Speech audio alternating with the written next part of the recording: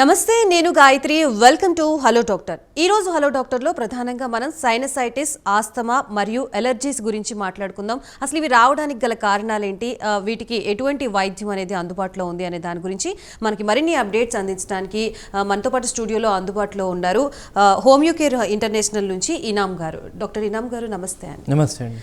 ఇనామ్ గారు, as I said in intro, so most of the persons recent టైమ్స్లో ఈ సీజన్లో మరి ఎక్కువగా ఎలర్జీస్తో బాధపడుతూ ఉంటారు, అలాగే సైనసైటిస్తో బాధపడుతూ ఉంటారు. సో వీటికి రావడానికి గల కారణాలు ఏంటి అంటారు? ఇప్పుడు చూడండి, ఇందులో డిఫరెంట్ కారణాలు ఉన్నాయన్నమాట. మీకు సైనసైటిస్కి మనకు వైరల్ అండ్ బ్యాక్టీరియల్ ఇన్ఫెక్షన్స్ మూలన కూడా ఇవి రావడం జరుగుతూ ఉంటుంది. అలా అని డీవియేటెడ్ నాసల్ సెప్టమ్ అంటాము. అంటే మన ముక్కులో ఒక ఎముక ఉంటుంది, ఇది కొంచెం వంకరగా ఉంటుంది అనమాట, ఒక సైడ్ డీవియేటెడ్ అయి ఉంటుంది అనమాట. ఇది కూడా ట్రిగర్ చేస్తుంది. అండ్ ముక్కులో రౌండ్ స్ట్రక్చర్స్ అనేటివి ఉంటాయి. మనకు పాలిప్స్ అంటాం, దానికి గడ్డల్లాగా ఉంటుంది అనమాట. నార్మల్లీ మనం చూసుకోవచ్చు, ఒకవేళ గడ్డల్లాగా ఉన్నాయంటే దాని నుంచి అది కూడా మనకు సైనసైటిస్ అనేది అక్కర్ అయ్యే అవకాశం ఉంటుంది దాని నుంచి. సో ఇలా different reasons for different diseases అనేది ఉంటుంది అనమాట. అండ్ అదే మీరు సైనసైటిస్కి వదిలేసి ఎలర్జీలో వచ్చేసినాం అనుకోండి. సో ఎలర్జీ రావడానికి ముఖ్యమైన కారణాలు ఏముంటుంది, రీజన్స్ ఏముంటాయి అన్నట్లు చూసుకుంటే, ఎలర్జీ అంటే మనకు ఏదైనా మన బాడీ లోపల్లో పోతుంది. అది ఫుడ్ పరంగా అయినా కానివ్వండి, మెడిసిన్ పరంగా అయినా కానివ్వండి, or else any kind of dust products అయినా కానివ్వండి. ఇవి వెళ్ళిన తర్వాత నార్మల్లీ ఏమవుతుందంటే బాడీలో ఫారెన్ పార్టికల్స్ వచ్చిన తర్వాత బాడీ బయటికి దానికి తుమ్ము మూలన లేదంటే ఏదో మూలన బయటికి పంపించేస్తుంది. అది నార్మల్ ప్రొసీజర్. కానీ కొంచెం ఉన్నా కూడా ఎక్కువ రెస్పాన్స్ బాడీ ఒకవేళ ఇస్తుంది అంటే దానికి ఎలర్జీ అంటాము. అలా ఎందుకు అవుతుంది అంటే because of the low immunity power అన్నమాట. మీ ఇమ్యూనిటీ పవర్ ఎంత తక్కువ ఉంటే అంత ఎక్కువగా మీరు ఎలర్జెటిక్ ఉంటారు. సో ఇది మనం మైండ్లో పెట్టుకోవాలి. అండ్ మూడోది అస్తమా అంటాము. సో అస్తమాకి రీజన్స్ మరి డిఫరెంట్ ఉంటుంది అనమాట. ఆ రీజన్స్లో ముఖ్యంగా ఏముంటుంది, ఫెమిలియల్ టెండెన్సీ అన్నమాట. మీ ఫ్యామిలీలో ఎవరికైనా అస్తమా ఉంది, మీ ఫ్యామిలీలో అంటే మదర్ ఫ్యామిలీలో, ఫాదర్ ఫ్యామిలీలో ఎవరికైనా అస్తమా ఉంటే మీకు కూడా వచ్చే అవకాశాలు అనేది కొంచెం పెరిగిపోవడం జరుగుతుంది అన్నమాట. అండ్ కొంతమందికి ఈ అస్తమా అనేది ఎలర్జిక్ ఉంటుంది.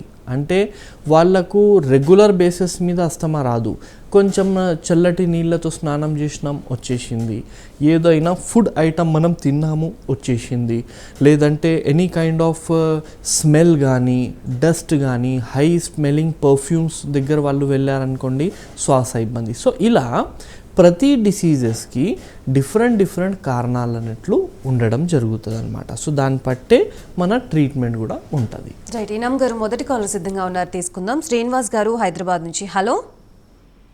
హలో, నమస్తే శ్రీనివాస్ గారు. ఏ డిసీజ్ గురించి తెలుసుకోవాలనుకుంటున్నారు? మా మిస్సెస్ కి అదే సయాటికా ప్రాబ్లం ఉందండి, దాని గురించి మాట్లాడదామని. ఓకే, డాక్టర్ గారు లైన్లో ఉన్నారు, చెప్పండి. ఓకే, చెప్పండి సార్, ఎప్పటి నుంచి ఉంది ప్రాబ్లం? హలో, చెప్పండి, ఎప్పటి నుంచి ఉంది ప్రాబ్లం? ప్రాబ్లము 1 year నుంచి ఉంది. ఓకే. బ్యాక్ పెయిన్ వస్తుంది అనమాట. కాలు తిమ్మర్లు, కాలు బరువు ఎక్కటం, మోకాలు నొప్పులు. ఓకే, అన్నీ వస్తుంది.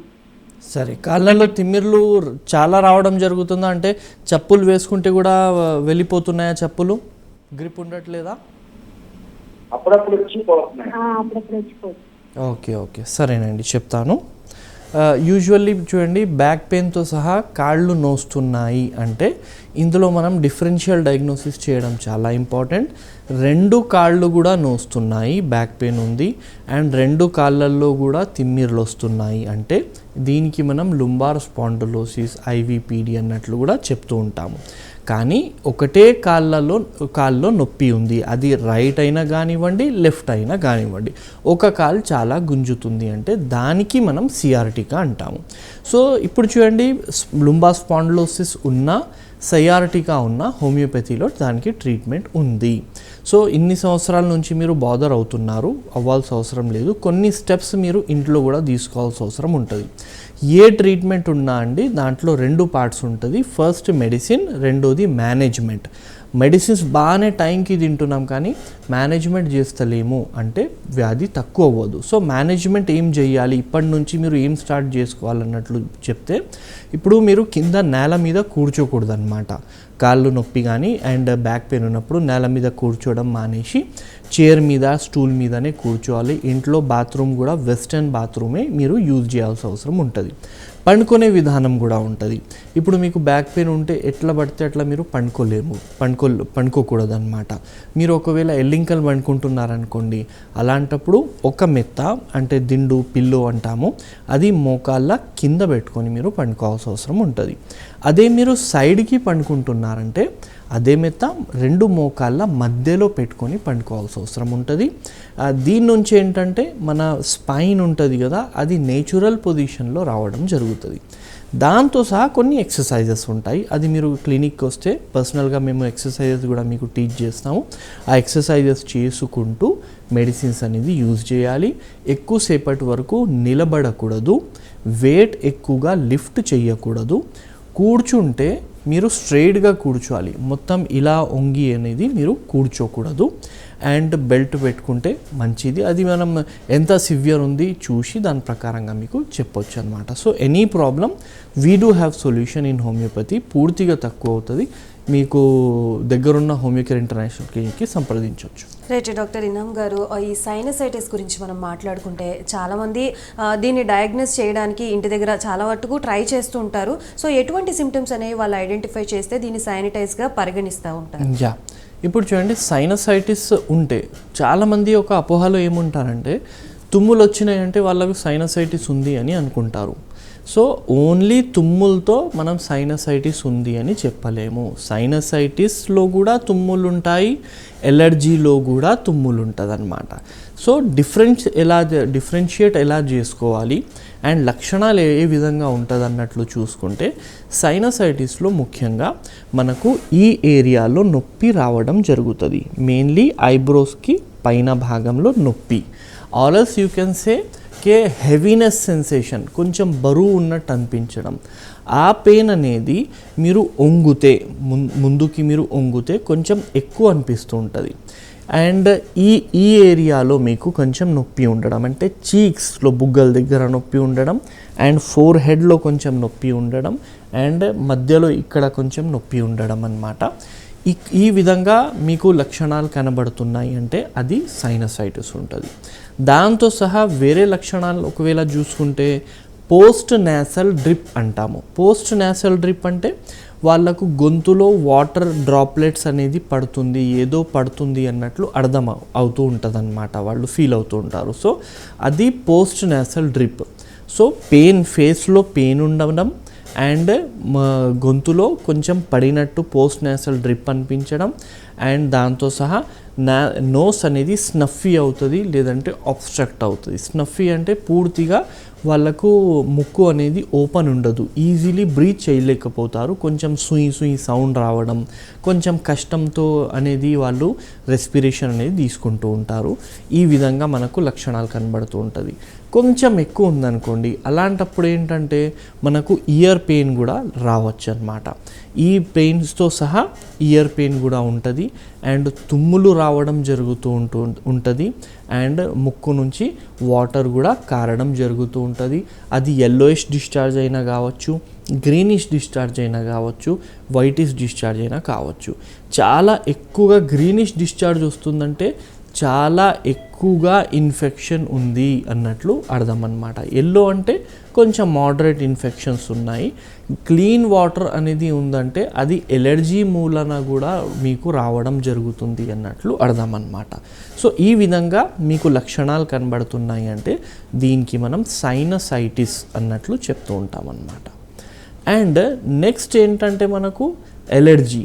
సో ఎలర్జీ లక్షణాలు ఎలా ఉంటాయి అంటే, ఇప్పుడు ఎలర్జీలో కూడా మనకు రెండు భాగాలు ఉంటుంది, అంటే 2 types of allergies are there. First allergy, doctor గారు sorry to disturb you, call తీసుకుందాం. అబ్దుల్లా గారు హైదరాబాద్ నుంచి. హలో అబ్దుల్లా గారు చెప్పండి, ఏ డిసీజ్ గురించి తెలుసుకోవాలని కాల్ చేశారు? ఏమండి, నాకు షుగర్ 80 weeks ఉందండి. షుగర్ ఉందా? ఎప్పటి నుంచి ఉందండి? హలో, చెప్పండి సార్. నాకు షుగర్ ఓకే డయాబెటీస్ 18 ఇయర్స్ నుంచి ఉంది. ఓకే 18 ఇయర్స్ నుంచి మీకు షుగర్ ఉంది. 18 ఇయర్స్ నుంచి ఉంది. మ్మ్. ఓకే HbA1c 7.4 ఉంది. ఓకే 7.4. ఈ HbA1c ఎక్కువ అంటే తక్కువ అనాలి. 7.4 నాకు 68 ఇయర్స్. ఓకే HbA1c 7.4 ఉంది. Okay okay fine. మీరు మందులు వాడుతున్నారా లేదంటే ఇన్సులిన్ వాడుతున్నారండి? నేను మందులు వాడుతున్నానంటే homeo. Okay okay fine fine సరేనండి, చెప్తాను. ఇప్పుడు చూడండి, షుగర్ ఉంది అండ్ చాలా సంవత్సరాల నుంచి షుగర్ ఉంది అని చెప్తున్నారు and he's using only homeopathic medicines అన్నమాట. సో ఇప్పుడు HbA1c 7 ఉంది అన్నట్లు చెప్తున్నారు. 7 ఉంటే ఓకే, మోడరేట్లో ఉంది, చాలా ఎక్కువ ఏం లేదు, అలా అని పూర్తిగా తక్కువ కూడా ఏం లేదు. నార్మల్లీ HbA1c అంటే నార్మల్ భాషలో దానికి 3 నెలల టెస్ట్ అంటాము. అంటే అది 3 మంత్స్లో మీ షుగర్ అనేది యావరేజ్గా ఎంత వస్తుంది అన్నట్లు ఆ రిపోర్ట్లో మనకు రావడం జరుగుతుంది. అది 5.5 to 6.5 ఉంటే మీరు ప్రీ డయాబెటిక్, అంటే మీకు డయాబెటీస్ వచ్చే అవకాశం ఉంది అన్నట్లు అర్థం.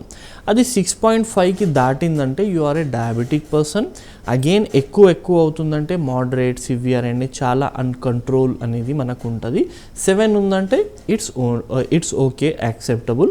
కానీ డయాబెటీస్లో ముఖ్యమైన పాయింట్ ఏంటంటే అండి, చాలామంది వాళ్ళు మెడిసిన్స్ మీదనే ఆధారపడతారు. ఓన్లీ మెడిసిన్ తీసుకుంటారు, ఒకవైపు స్వీట్ కూడా తింటుంటారు. ఏ రోజు స్వీట్ తిన్నారు ఆ రోజు 2 మందులు వేసుకుంటారు. అలా చేయడం చాలా తప్పు. Diabetes is a life style disorder. నేను డిసీజ్ అనట్లా, డిజార్డర్ అంటే మన లైఫ్ ఆర్డర్ నుంచి తప్పితే ఇలాంటి వ్యాధులు అనేవి వస్తుంది. సో దీనికి ట్రీట్మెంట్ చేసుకోవాలంటే కూడా ఫస్ట్ చేసే పని ఏంటంటే మన లైఫ్కి ఆర్డర్లో పెట్టడం. సో ఇందులో ఆర్డర్లో పెట్టాలంటే ఏంది, the main and the first thing is you should be physical active. అంటే మీరు వాకింగ్ చేస్తూ ఉండాలి, ఏదో ఒక విధంగా బాడీకి పని పెడుతూ ఉండాలి. అది చేస్తేనే మనకు ఈజీలీ డయాబెటీస్ని కంట్రోల్ చేయగలుగుతాము. ఒకటే చోట కూర్చుంటున్నాము, తింటున్నాము, ఎక్కువగా పని చేస్తలేము అంటే ఇది కంట్రోల్లో రాదు. First point. సెకండ్ పాయింట్ ఏంటంటే అండి, మీరు పథ్యం కంపల్సరీ చేయాల్సిన అవసరం అనేది ఉంటుంది ఇందులో. సో పథ్యం అనేది మీకు 18 ఇయర్స్ నుంచి ఉంది కాబట్టి you know what you have to eat, what you should not. Mainly sugar items అనేది మీరు పూర్తిగా అవాయిడ్ చేయాలి. అండ్ మీరు ఎలా కాన్సన్ట్రేట్ చేయాలంటే కార్బోహైడ్రేట్స్ బాడీలో ఎక్కువ వెళ్ళకుండా చూసుకోవాలి. ఇప్పుడు కార్బోహైడ్రేట్స్ ఎలా చూడాలండి అంటే, ఈజీలీ అరిగిపోయే ఫుడ్స్లో కొంచెం ఎక్కువ కార్బోహైడ్రేట్స్ ఉంటుంది. ఒక జనరల్ మాట చెప్తున్నాను, అన్నీ ఇలా ఉండదు, కానీ తింటే వెంటనే అరిగిపోతుంది. ఏముంది, అన్నం ఉంటుంది, రైస్ ఉంటుంది, తింటే తొందరగా అరిగిపోతుంది, దాని నుంచి తొందరగా కార్బోహైడ్రేట్స్ అనేది దొరుకుతుంది. అది మనం ఎక్కువగా యూజ్ చేయకూడదు షుగర్ ఉన్నోళ్ళు. ఇలా ఫుడ్ ఐటమ్స్లో restrictions and 100% walking is necessary. అప్పుడే మనం మెడిసిన్స్ తీసుకుంటే తక్కువ అవుతాయి. సో ఆల్రెడీ హోమియో వాడుతున్నారు, if at all you want the best treatment with an experts, so you can come to Homeo Care International. Next caller సిద్ధంగా ఉన్నారు, తీసుకుందాం. వెంకటేష్ గారు హైదరాబాద్ నుంచి. హలో హలో, నమస్తే వెంకటేష్ గారు, ఏ డిసీజ్ గురించి తెలుసుకోవాలనుకుంటున్నారు? అదేనండి, బీపీ షుగర్ 2 ఉన్నాయి, దాని డీటెయిల్స్ కోసం. ఓకే, ఎన్ని సంవత్సరాల నుంచి ఉందండి? లాస్ట్ 3 years నుంచి. షుగర్ ఎన్ని సంవత్సరాల నుంచి ఉంది? బీపీ ఫస్ట్ వచ్చిందంటే వచ్చిన 1 yearకి షుగర్ అటాక్ అయింది. ఓకే ఫైన్ అండి. So nothing to worry. ఇంతకుముందు కాలర్కి నేను ఎక్స్ప్లెయిన్ చేసినాను షుగర్ గురించి, అదే మీరు కూడా పాటించాలి. అండ్ ఎక్కువ కాలం కాలేదు షుగర్ వచ్చి కాబట్టి మనకు అంత శ్రమ పడాల్సిన అవసరం ఉండదన్నమాట ట్రీట్మెంట్ చేయడానికి. తొందరగా మీకు కంట్రోల్ వచ్చేస్తుంది. అండ్ ఇఫ్ ఎట్ ఆల్ ఏదైనా కాంప్లికేషన్స్ ఉంటే అది పూర్తిగా వెళ్ళిపోవడం జరుగుతుంది అనమాట. సో మీ దగ్గర ఉన్న హోమియో కేర్ ఇంటర్నేషనల్ క్లినిక్కి సంప్రదించండి, మీరు రండి. బీపీకి కూడా అండ్ మీ షుగర్కి కూడా ట్రీట్మెంట్ అనేది అవైలబుల్ ఉంటుంది మన దగ్గర. రైట్ డాక్టర్ గారు, కమింగ్ టు ఎలర్జీస్ టైప్స్ ఏ విధంగా ఉంటాయి, అలాగే వాటి సిమ్టమ్స్ వాళ్ళు ఐడెంటిఫై చేయడానికి ఏ విధంగా ఐడెంటిఫై చేయొచ్చు? యా, సో ఎలర్జీలో చూడండి, ఒకటి సీజనల్ ఎలర్జీ అంటాము. ఇప్పుడు నార్మల్ భాషలో మనం ఎలర్జీ అని చెప్తున్నాము. ఆ డిసీజ్ పేరు ఏంటంటే ఎలర్జిక్ రైనైటిస్, ఆ డిసీజ్ పేరు అన్నమాట. సో ఒకటి ఏంటంటే సీజనల్ ఎలర్జిక్ రైనైటిస్, ఇంకొకటి ఏంటంటే perineal allergic rhinitis. So seasonal allergic rhinitis ఏంటంటే మనకు ఒక స్పెసిఫిక్ సీజన్లోనే వాళ్ళకు ఇబ్బంది అవ్వడం జరుగుతుంది. ఎగ్జాంపుల్గా మనకు కోల్డ్ సీజన్లో అవుతుంది, లేదంటే మనకు వింటర్ సీజన్లో అవుతుంది. ఎందుకంటే ఈ సీజన్స్లో ఏంటంటే మనకు పోలెన్స్ అనేటివి ఎక్కువగా ఉండడం జరుగుతుంది మన గాలిలో. సో అప్పుడు మనకు ఈ లక్షణాలు చాలా పెరిగిపోవడం జరుగుతుంది. అలాగే కొంచెం టెంపరేచర్స్ కూడా చాలా డౌన్ ఉంటుంది కాబట్టి మనకు ఈ ప్రాబ్లం అవ్వడం జరుగుతూ ఉంటుంది. రెండోది ఏంటంటే పెరినియల్ అంటే దీనికి సీజన్తో ఏం సంబంధం ఉండదన్నమాట. ఇది కాన్స్టాంట్లీ మీకు ఎప్పుడైనా రావచ్చు. అండ్ 12 మంత్స్లో ఏ మంత్లో కూడా మనకు ఈ వ్యాధి వెనుక ఉండదన్నమాట, ఎప్పుడైనా రావచ్చు. ట్రిగరింగ్ ఫ్యాక్టర్ దొరికిందా లక్షణాలు వచ్చేస్తాయి. సో ఇందులో మనకు ట్రిగరింగ్ ఫ్యాక్టర్స్ ఏముంటుంది అంటే ప్రతి మనిషికి డిఫరెంట్ ట్రిగరింగ్ ఫ్యాక్టర్స్ అనేది ఉంటాయి. అది పేషెంటే గుర్తు చేసుకోగలుగుతాడు, లేదంటే టెస్ట్ చేసి మనం దానికి ఫైండ్ అవుట్ చేయాల్సిన అవసరం ఉంటుంది. అది మనకు ఫుడ్ ఐటమ్స్ కూడా కావచ్చు. ఫర్ ఎగ్జాంపుల్ ఒక పేషెంట్కి స్వీట్ తీసుకుంటే ఎక్కువ అవుతుంది, ఒక పేషెంట్కి పులుపు తీసుకుంటే ఎక్కువ అవుతుంది, ఒక పేషెంట్కి ఐస్ క్రీమ్స్ తీసుకుంటే ఎక్కువ అవుతుంది, ఒక పేషెంట్కి చాక్లెట్స్, ఇలా డిఫరెంట్ ఉంటుంది అన్నమాట.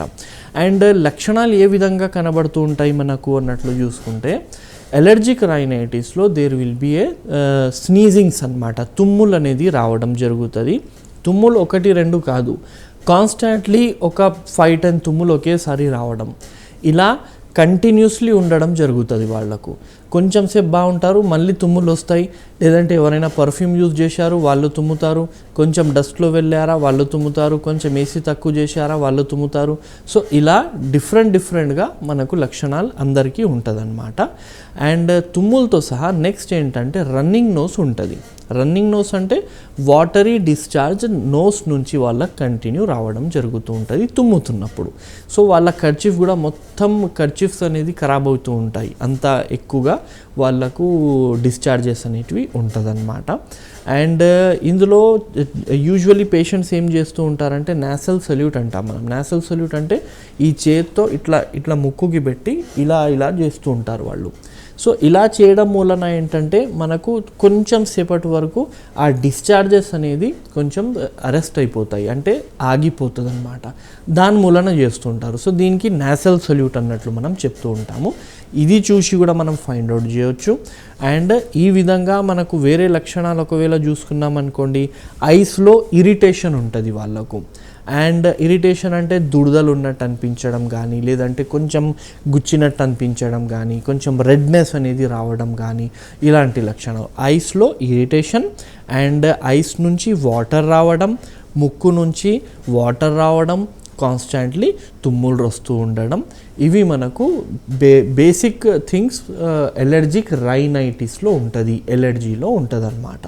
ఇప్పుడు సీజనల్లో కూడా ఇదే ఉంటుంది అండ్ పెరినియల్లో కూడా ఇదే ఉంటుంది.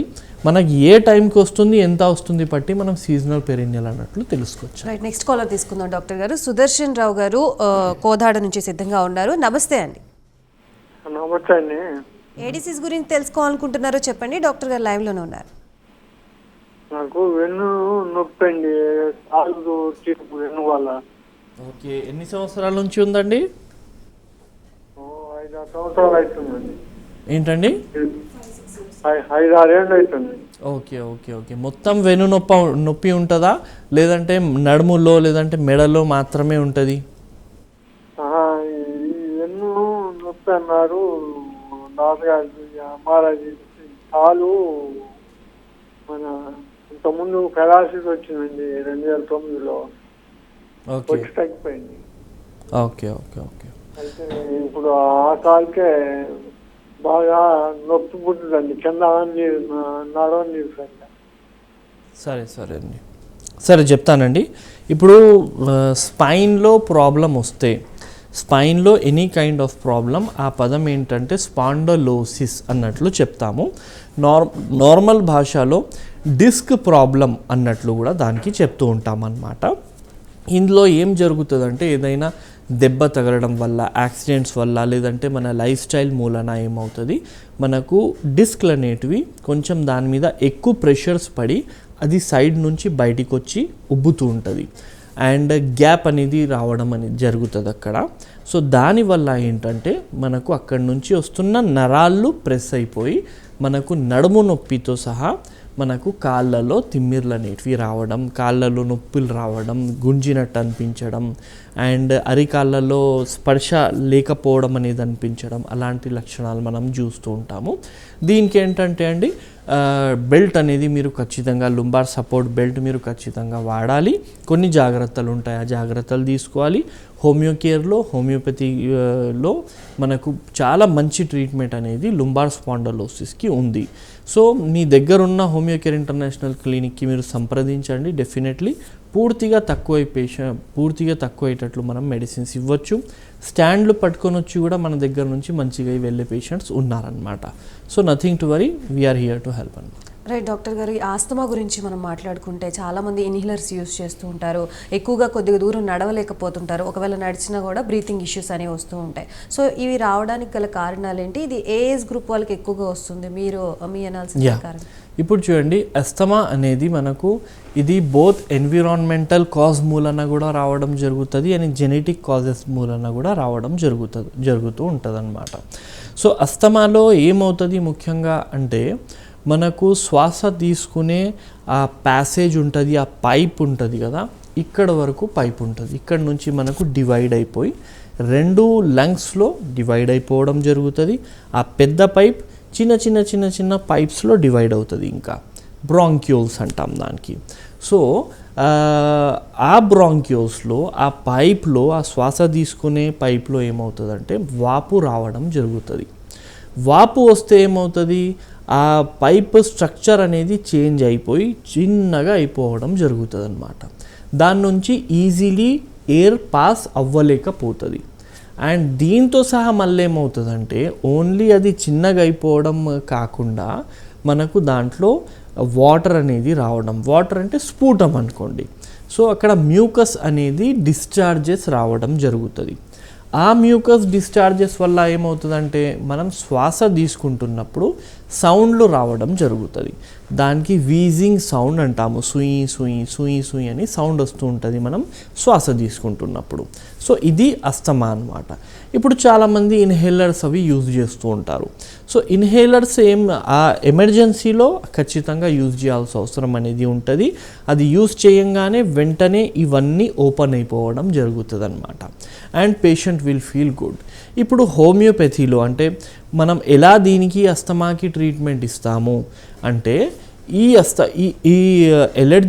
అలర్జిక్ అస్తమాలో కానీ లేదంటే అస్తమాలో ఏదో ఒక ట్రిగరింగ్ పాయింట్ ఉంటుంది అన్నమాట వాళ్ళకు. ట్రిగరింగ్ పాయింట్ అంటే కోల్డ్ పడదు, స్మెల్ పడదు, పొగ పడదు, దుమ్ము పడదు, ఇలా ఉంటుంది వాళ్ళకు. అది వాళ్ళు దానికి ఎక్స్పోజ్ అయ్యారంటే ఇబ్బంది స్టార్ట్ అయిపోతుంది. సో మేము ఇక్కడ ఏం చేస్తామంటే ఐబీటీ, ఇమ్యూన్ బూస్టింగ్ థెరపీ, ఇమ్యూనిటీని బూస్ట్ అనేది చేస్తూ ఉంటాము. ఇమ్యూనిటీ బూస్ట్ చేసి రెసిస్టెన్స్ పవర్ని పెంచుతూ ఉంటాము.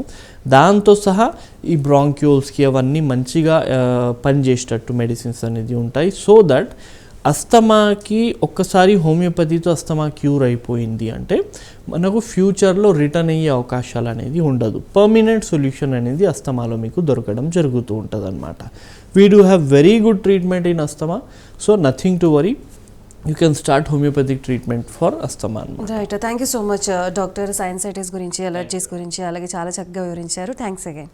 సో చూసారు కదా, ఇది ఇవాల్టి హలో డాక్టర్ కార్యక్రమం. మరొక కార్యక్రమంతో మళ్ళీ కలుద్దాం. అంతవరకు సెలవు, నమస్తే.